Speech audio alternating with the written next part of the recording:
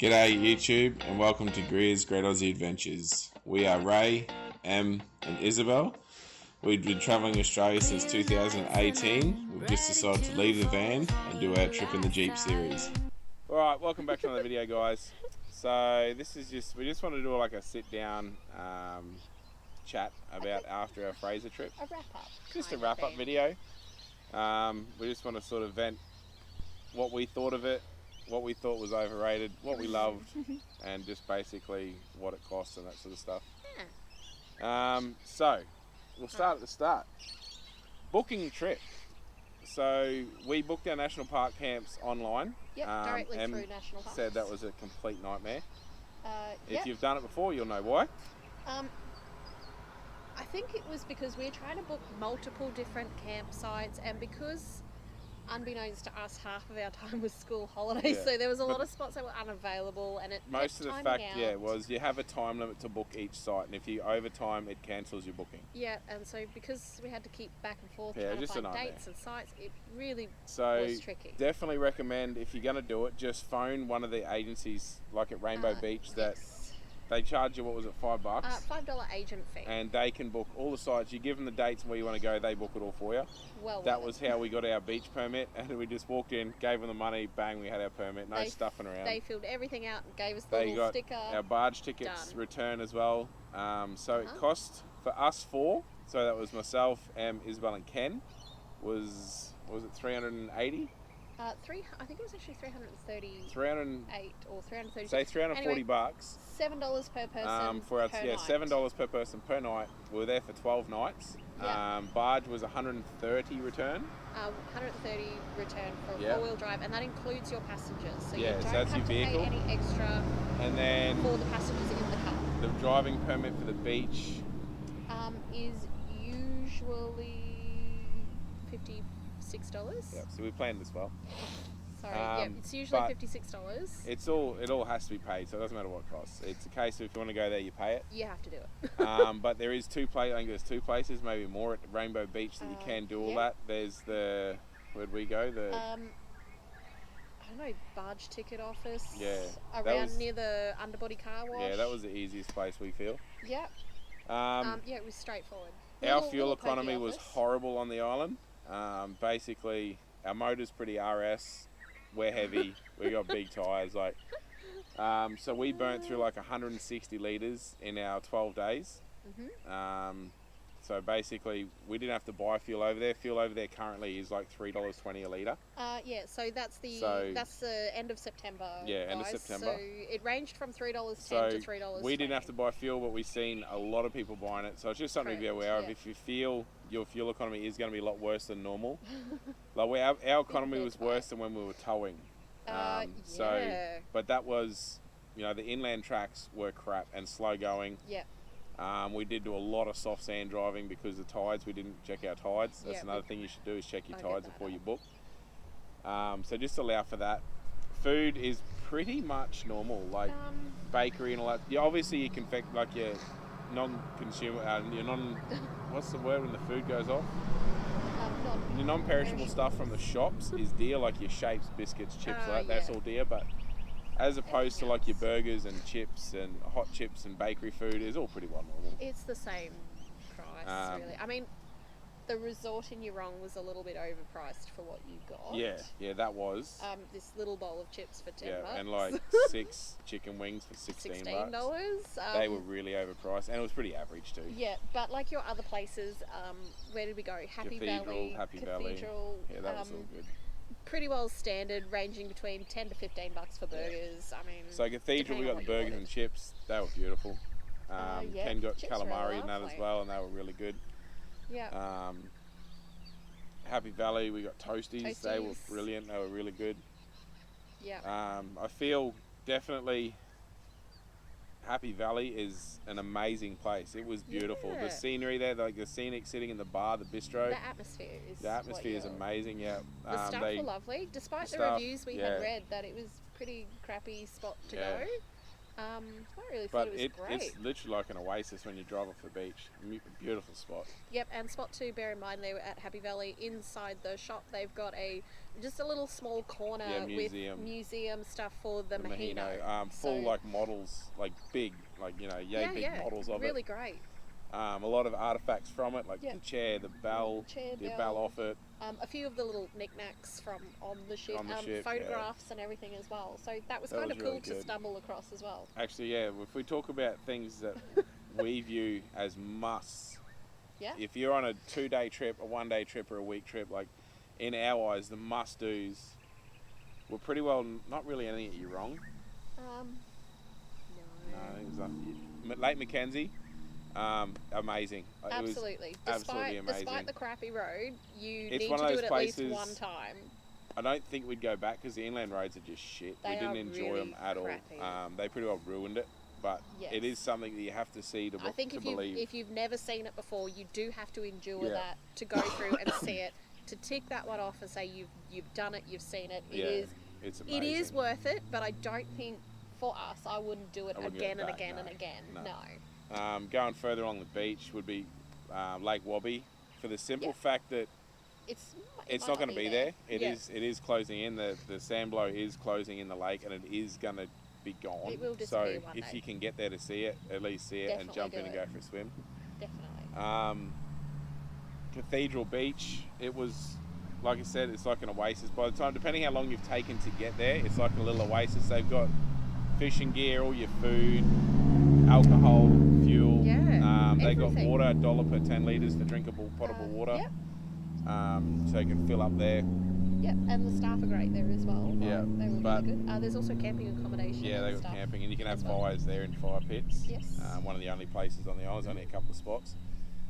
There's also a potable water tap at the information centre at the police station. So that'll be a must. But, go back a couple you of need videos ago. 30-metre hose to get to it if you want to fill your car. If you got jerry cans, all good. Otherwise, also on that note, free water out the front of the store fuel station at Happy Valley. Yeah, Happy Valley's a must. If you go there, you have to go to. Either way, you're going to the towns anyway. But Happy Valley's a beautiful spot. Yeah, and it's a real easy drive in there. Real easy drive in. There's no stuff to be concerned about. And like I said, it's beautiful. You walk inside and it opens it's a big up open and rafted it's building. Beautiful. Like you can just imagine sitting out on that deck having a few coldies after a day exploring. And then you head out of there. Actually, before that, it is after that is Eli Creek. Eli Creek is obviously a must. It's a big draw card. But yes, despite what YouTube videos all portray, leave your pool noodles. You don't need them. We waste our money. Most of it's less than knee deep. Most of it's like shin deep. So like a floaty tube or a blow up bed. That's what you want. You don't want noodles. It's far too shallow. It is only it's most of it's like yay deep. But it is beautiful. It's a beautiful, clear running creek. Nice broad walk and everything. Not a lot of nice views. And even if you don't need to, go up around to the toilets because there's a beautiful view from the top. Yeah, out over the beach. So that was really nice. And bear that in mind, there is a toilet block there, but it is a little bit of a walk and it gets busy. A walk to the toilets, and and if you want to do Eli, get there at morning tea, maybe even earlier to get a good spot because it is packed. Our second trip to Eli Creek, we got there just after 8 o'clock in the morning, and there was probably already about 8 to 10 cars there already at 8 o'clock in the morning. But it is a must. Bear that in mind. But obviously, Mahino, you're going past it anyway. Incredible. And that's another thing too. We were looking at a few of the photos at Happy Valley of the Mahino. It is deteriorating very quickly. So that is definitely something. You look at 10 years ago compared to now, then you look 10 years prior to that, and it is amazing how quick. And the further the years go, the quicker and quicker it's obviously going to deteriorate. And I do highly recommend seeing the Mahino at both high tide and low tide. And oh my God. One morning, get up early and do it at sunrise. Do the sunrise. It's stunning Beautiful. at sunrise. That's sorry. Check. Those few things you must do on the Mahino Everything because on the they Mahino, are worth it. It is incredible. Well worth it. But you can't go on it. We didn't realise because we just didn't even see the signs. But you can't be within 3 metres of the Mahino. It is a finable offence. Yes, but don't stress at low tide. There is enough room to walk around the outside and look at it by still obeying that rule. Okay, so you can still You can still take a walk around it. Indian Head we can't review because the walking track's closed. Apparently it has been for actually a couple of years now. Yeah. So we didn't get to experience that. We didn't bother going to check it out after reading that. The creme de la creme at the end of that is Champagne Pools. Yeah. And that is an amazing place. Like, I nearly put that as my favourite thing on the island. That was absolutely stunning. It's beautiful. And the right time of year. So we were there in September. Yeah. Everyone was jumping up on the rocks, spotting Watching the whales. We saw whales every day. Every day there was whales at the front. And Literally only just past the day. breakers, like 100 metres out. You could see them. Ray got his first opportunity to see the whales I could see them up close. So that was really great as well. As for the Champagne Pools, the car park, main car park fills up like that. In the video, you would actually, in the second video, I had a gripe about it. There is a top car park, but it was full. There's a bottom, you can park down the bottom on the beach and walk up, which is cool as well, but just be prepared, you might have to walk. But even when all car parks are full and the line up on the beach was probably about 200 metres long, the Champagne Pools we still walked straight into a pool. Surprisingly, the amount of vehicles, there wasn't too many people. A lot of people go down and sunbake and sit under their quick shades and that. Yes, and have picnics and whatever. Yeah, if you haven't seen our videos of Fraser, go back and watch those ones. Fraser, that Champagne Pools was beautiful. I think it was just the clear water. It was the really beautiful nice. Salty water of down south. The waves crashing over the rocks was just amazing. Yeah, something I'll never forget. And that's for us. Basically, that's where it ended with the must-dos. As if you've seen the video, then you would have known. Second day in, we blew our power steering pump. So we still pushed on to get to there and just up past. We made it to Nagala Rocks. We got to Nagala Rocks. But with no steering, there's no way Em was going to try and wheel through all Nagala Rocks with no steering or brakes. Because anyone that doesn't understand it, the slower the vehicle is moving, especially in the harder the steering was. But I am, in a way, glad we did do a day trip up to Sandy Cape in Ken's car. And we were really underwhelmed. Considering the hype we've heard from a few of the other YouTube channels. We were supposed to do a couple of nights camping up there. We had to change our bookings because of the steering. Yeah. And I'm glad. Like, I was completely let down. I didn't think anything of it. Obviously, everybody's taste and what everyone's trying to achieve is different, and I understand 100%. That. So if you love it, that's cool. That's your choice. It's just for us and what we like. It wasn't. It was a lot like a Western Australian beach. There was no trees at all. We it was did like, say that. It was like desert at the top. It felt like you're in WA at the beach. Our version of the beach is trees at the top, like all the campsites we were at. Yeah, that's so pretty well version. The way we described it, back down near Eli Creek where we were really enjoying it and everything was beautiful, it gave you you looked out at the beach to one side and it was like Jurassic Park on the other side. Like beautiful green grass, trees. And grass growing up the dunes and stuff, and it just looked beautiful. And then once you passed Nagala Rocks, it just went shit. There was no trees, and there was more sand dunes than grass. Definitely, if you go over and you can, if you're not in a high car and you can go up there, because at least then you've driven from one end to the other. And see it for yourself. We unfortunately missed out on going to the Sandy Cape Lighthouse. Yeah, the tides weren't low enough. Yeah, just not quite. It was a 0.5. 6. No, 0.6. 5.6 it 6, was. 8, well, no, whatever it was. Yeah, anyway. Just not quite low enough. We did get up there roughly at the right time of the day. Nor Ken drive. We don't drive in salt water. No. Like, it's not a thing we do. Other cars were. There was heaps of people going out around the sticks and everything, driving out in the salt water. No way. But definitely go see it. You might love it. Yeah. As for the driving on the beach, basically driving on the beach is you either love it or you hate it. You either can do it or you can't. I don't struggle in it. I love it, but we've come to the analogy now that my eyes have got to the stage that I can't even take over for Em in some of the real soft parts. Yeah. And she didn't like it in any way, the soft stuff. And that's just horses for courses, different people. Yeah. So basically, if you're not into soft sand driving, giving the car the berries and getting a bit aggressive, then make sure you get your tides right. Because on low tide, it's like a highway. It's beautiful. You literally, anyone can do it. You can do it. We did it all in 2-wheel drive when it was on low tide, because it was as good as that bitumen road out here behind us. But just, if you don't like the soft stuff, just pick your tides well. That's the main thing. Which is, we didn't. We don't plan anything. No, you know wing us. Like, we didn't even consider that. So we're telling you guys to 100% consider that. And the internet's the signal. So either have a hard copy of the tides or take some screenshots of the tides. Screenshot your tides, screenshot your camping permits, and screenshot any information that you think you're going to need. Yeah, distances and that, because it's you can't rely on the signal. Because even places we had signal, it did drop out. So there is signal there, but it is not reliable signal. So, but inland tracks, absolutely. So the track from Eurong to Kingfish is probably the best one, and that's saying that very loosely. It's still like very crappy. 10-15k hour track. People were flying and just destroying their cars, and it hurt. being a mechanic, it hurt. There was no mechanical sympathy in any of those people's cars. Some of the tyres were actually coming up off the ground when they were hitting the bumps. Camper trailers getting airborne, and oh my god, like it was horrid. it was not fun to watch that at all. And just the amount of people driving in salt water, that was blowing me away. Like, we're right up in the fresh water, in the little creeks, and up in the clean sand, and there's people drive along in the waves, in the foot of the waves. Yeah. Just so amazing. That one particular case of the we're at Nagala Rocks. EP79 series. At Nagala Rocks, and there was 3 cars bogged in the hill, and we were there probably an hour and a half, I think. And I'd say this bloke's got a little bit fed up on the northern side.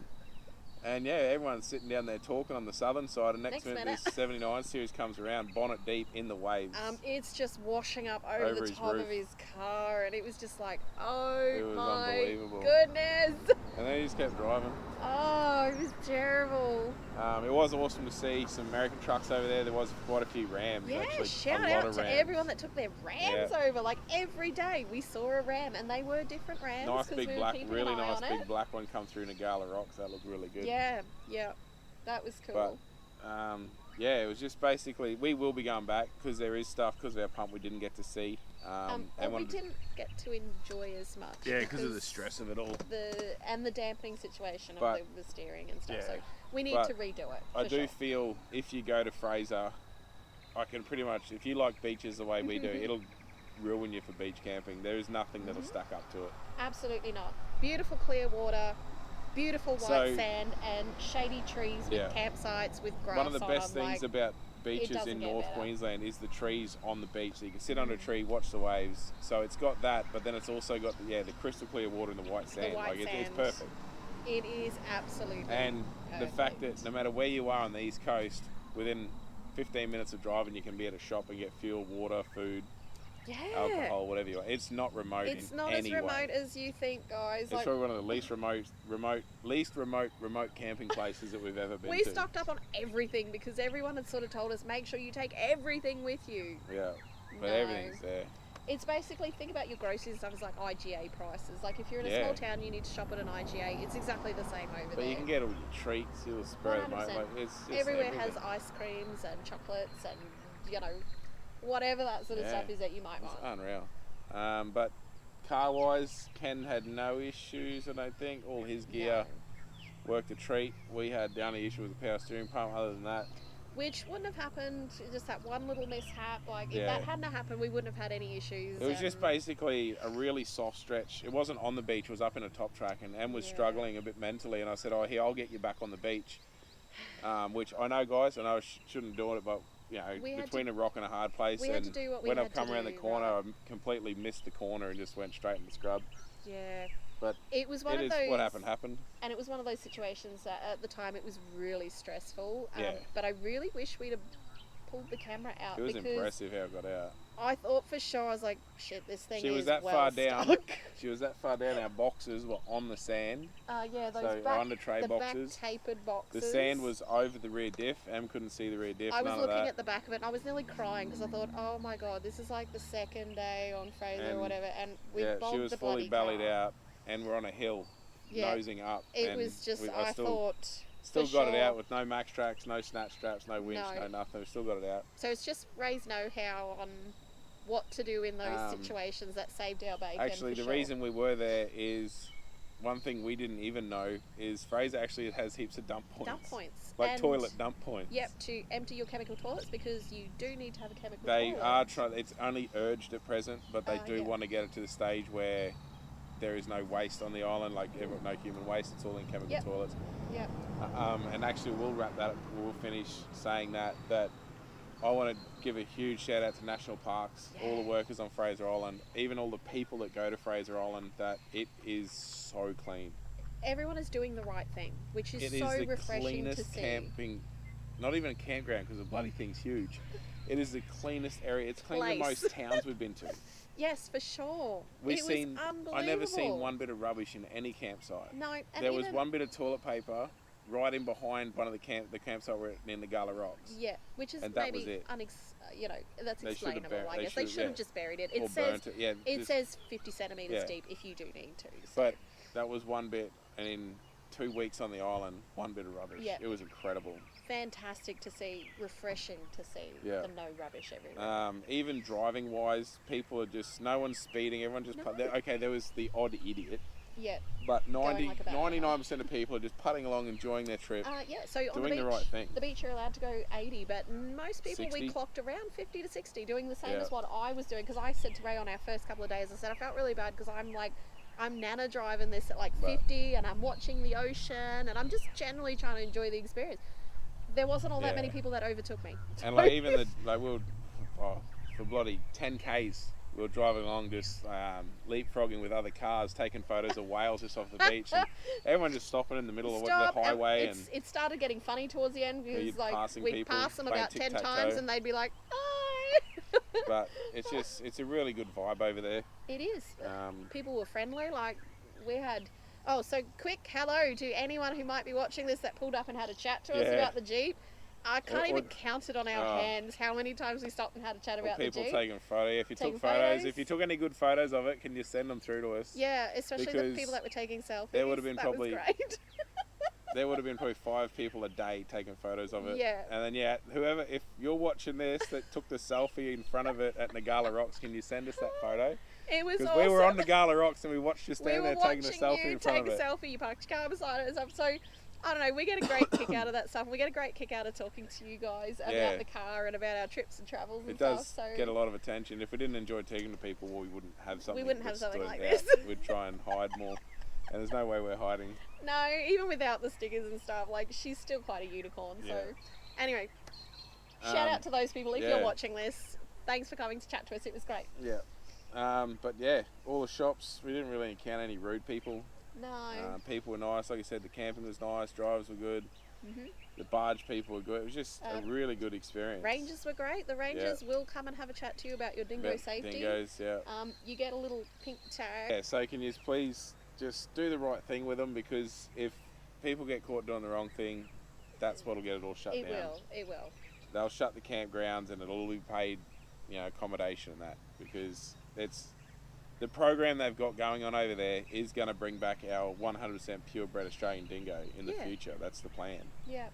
And they'll come up close. You would have seen in our first video, they came out right bloody beside, close to Em's right chair. beside. It is tempting because they are just little cute puppy dogs, but yes. Especially when you see them at Mahino, when we watched the sunrise at Mahino, there were 2 pups playing as 2 dogs would play, pouncing around. It was so funny to watch. One sort of stood right in front of me, stared at me, and then as soon as I started to walk away, sidesteps and pounced around me and ran off. And it's just the beach. They're incredible to watch in the wild. They are great to watch, but. Like the one you saw playing with a butterfly.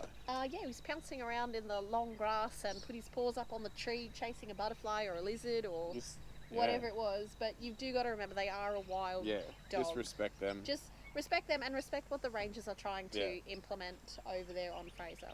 And then I think the last thing would be signage. Lacks a little.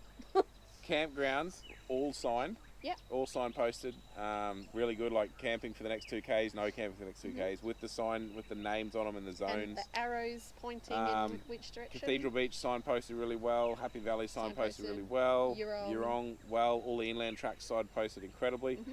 The only one that was horrible was Orchid Beach. There was no sign even to get there off the beach. No access signs or anything. And then no sign through the town. No. To get back to the inland road.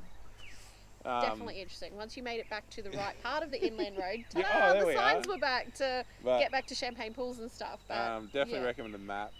The map was handy as just the really good old HEMA pull out. We're a strong believer of HEMA maps, not on phone maps. Like I like to look at the piece of paper. You can look at a big broad picture then, Yeah, so it was great to work out our camping zones and roads and tracks and all that other stuff. So that was really great to have. Yeah, so it's just another thing to remember that you are on an island. There's no street signs and that. And some of it does, you do have to Yui because you'll drive past it. That's where we're meant to be. It is, but yeah. But it is, like I said, we'll be back. We'll go back and do the things we didn't get to do. But it was definitely a fun trip. Definitely recommend getting over there to see it because it is nowhere else like it. Yeah. It's incredible. Maybe just not during school holidays. Yeah, but actually, it was busy, but we didn't say that. Yeah, even though it was school holidays and pretty well all the camps were booked out. It was busy, but we never struggled to find a site. We still found somewhere at the end of the day. And we could still be picky with sites. Yeah. The beach was never like bumper to bumper traffic. No. We've got footage of me panning the beaches and still being able to have no cars in that footage. Yeah. Eli Creek was hectic. But even preschool holidays, it was. Yeah, it was much hectic. The same. Yeah. You know, like it was busy regardless, but and Mahino surprisingly gets pretty busy. Even at sunrise, guys. I don't think anyone else would be up at 5 o'clock in the morning. To ourselves. Absolutely not. And yeah, Lake Mackenzie was pretty hectic. Yeah. I think the busiest place on the island would be the bakery. Yeah. Queues up along and out the door. So be prepared for that. And to the bakery. It is really hectic. Sort of go in there with a little bit of an idea about maybe what you want before you get there, whether you're going to go a pie or something, because it's fast paced, man. You don't have much time to sit there and think about what you're doing. And then before we wrap this up, yes, one thing that they do have that even Fraser Island Information Centre told us they don't have is a laundromat. At Eurong at the resort. Yeah, standard laundromat prices. Across from the public toilets. Take card or coin, standard prices, $4 dryers and washers. We brought a bloody washing machine to take with us because we're over there 2 weeks. Because actual Information Centre told us there's nowhere to get water and there's nowhere to do washing. Not the Information Centre on Fraser. No, it was the council one, yeah. Yeah, the Harvey Bay and all that stuff that manage it for you. Yeah. Nowhere to get water and no laundromat. Completely false. Completely false. So you heard that here, that there is a laundromat. And that laundromat is verified with the resort. I phoned up, I asked them, they said yes, you are welcome to pop in and use it. Yeah, and there is rubbish dumps everywhere. Even along the beach, every 10-15k there'll be a rubbish dump. Yeah, big fenced areas.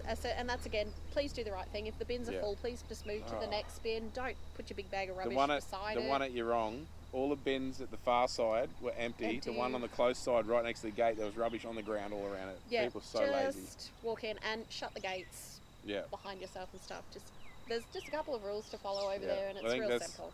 That's the big things that I just wanted to say at the end, that basically we didn't know, and even with research it's hard to find, is that there is drinking water, there is a laundromat, there is heaps of dump points for your toilet, there is heaps of rubbish disposal points and all the food you could ever want. Yeah. Like Ray said, it's remote, but not remote at the same time. Yeah. It's remote in the way that you're not on mainland, and that's literally That's about it. Hey, everything else is available to purchase on the island. Even the servos, shop, settlements, they have air and everything, like compressor, like air set up so you can pump your tyres up, let them down, do whatever you want. At Eurong there is a car wash as well. Yeah, car wash at Eurong. Incredible. So... But I hope we didn't bore everyone. Yeah, I know. Too long, jibber jabbering. But we just wanted to let you know our experience, what we found, and basically just say what is over there that we couldn't even find and people don't let you know. Yeah. But we'll go back to enjoying this free camp, which you guys won't get to see till the next video. Yeah. Because the Jeep's fixed and we're back on mainland, back on the road. Heading south at this stage. Oh yeah, but you know, we say this every video, don't we? You know, we're heading south until the weather goes to shit. Which is in 2 days' time. 2 days. Yeah. So who knows? In the next video we might be here and then going elsewhere. We'll just have to wait and see. But for now, don't forget to like the video if you liked it, subscribe to the channel, do all that good stuff. And actually, go back a second. You would have noticed by now we changed our name. We have an added name now. We're Jeep and Oz. Any eagle-eyed people would have spotted that. We're now Jeep and Oz, Greer's Great Aussie Adventures. But reason being is we love the Greer's Great Aussie Adventures. We don't want to get rid of that. We don't want to get rid of that. That's what we first thought of. So that's going to be like our secondary name, our main name. But we feel everyone we tell it to, they get not confused, but they trying to work out how to spell it, and then they forget the name of it. Whereas Jeep and Oz is really quick. It's simple. Wanted to incorporate Jeep, and it's so simple and just rolls off your tongue. It's catchy. Yeah. So you can search either one of those options now and find us. And they'll both come up. But we're just going to, when people ask what we're called, we're just going to be Jeep and Oz. Yeah. Quick, easy to find. And then Greer's Great Aussie Adventures. But when you see Jeep and Oz, it's still us. Yep, still us. Nothing's going to change, guys. Yeah, nothing will change. Just a shorter name, basically. Something easier to tell people when they ask us. Yeah. But yeah, so don't forget to like the video if you like it. Subscribe to the channel. Do all that text, comments and shoot any messages through. Any questions you have about Fraser, any questions you have about our experience over there, any of that sort of stuff, don't hesitate to ask through comments or flick us a message. Yeah. Happy to answer anything, happy to chat with anyone. So yeah, do all that good stuff, and we'll see you next week.